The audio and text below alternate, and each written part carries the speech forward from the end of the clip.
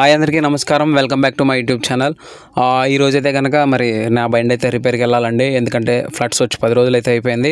మరి ఈ 10 రోజుల్లో మునిగిపోయిన బళ్ళు కానీ, కార్లు కానీ, లేకపోతే ఇంకా వేరే వస్తువులు కానీ మరి అన్నిటికీ రిపేర్ చేసే టైం అయితే వచ్చేసింది. ఎందుకంటే బాగా ఎండగా ఉంది బయట. మరి ఈ టైంలోనే మనం రిపేర్ అనేది చేయించుకోవాలి. ఎందుకంటే వాటిలో ఉన్న తడి తేమ మొత్తం ఆరిపోతుంది కాబట్టి. సో నేనైతే నా బండిని తీసుకొని మరి బయటకైతే వెళ్ళడానికి రెడీ అయిపోయానండి. మరి దారి పొడుగునా చూసుకుంటూ ఉంటే ఏదో ఒక బండి అయితే కనబడుతుంది. ఎందుకంటే మన మధ్యతరగతి వాళ్ళు వాడేదే బైక్ కేవలం.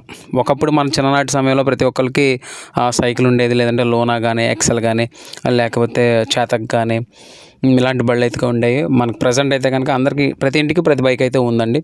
మరి బైక్ అయితే కామన్గా ఉంది కాబట్టి బైక్ రిపేర్కి వెళ్ళాల్సిన టైం అయితే వచ్చేసింది. సో మేమైతే వెళ్ళి చెక్ చేసుకుంటున్నాం. మరి బైక్ అసలు ఎంత అడుగుతారు ఏంటి అని చెప్పేసి షెడ్కి అయితే వెళ్దాం అనుకున్నాను. మరి సో మొత్తానికైతే షెడ్ దగ్గరికి వెళ్ళాను, అడిగాను.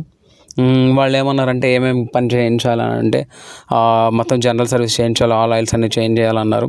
సో ఎంత అని అడిగాను. వాళ్ళు చెప్పిన దానికైతే నేను అవ్వక్కయ్యానండి. ఎంత అడిగారు అనుకున్నారు 1500 అడిగారు. 1500 నుంచి 2500 వరకు. ఎందుకంటే అది బండి అవ్వచ్చు, యాక్టివ్ అవ్వచ్చు, లేదంటే బుల్లెట్ వరకు అవ్వచ్చు. ఇన్సూరెన్స్ లేకపోతే కనుక ఖచ్చితంగా మనం ఈ పని అయితే చేయాల్సిందే. 1500 నుంచి 2500 వరకు, అది మా ఏరియాలో మాత్రమే. సో ఎంత అమౌంట్ అడిగారు అంత అమౌంట్ అయితే మనం ఇచ్చుకోలేని స్టేజ్లో ఉన్నాము. ప్రజెంట్ 10 రోజుల నుంచి మేము కూడా ఖాళీగా ఉన్నాం కాబట్టి. సో మేమైతే ఏం చేస్తున్నారో అని చూస్తాకైతే ఒక 10 నిమిషాలు అక్కడ వెయిట్ చేశాను.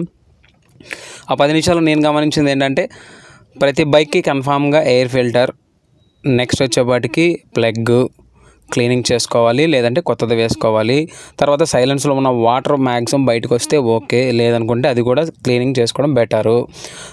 తర్వాత వచ్చేపాటికి ఇంజన్ ఆయిల్ అయితే కామన్గా మార్చాల్సిందే. ఫస్ట్ నార్మల్గా 100 రూపీస్ది ఏదైనా ఇంజన్ ఆయిల్ తీసుకోండి.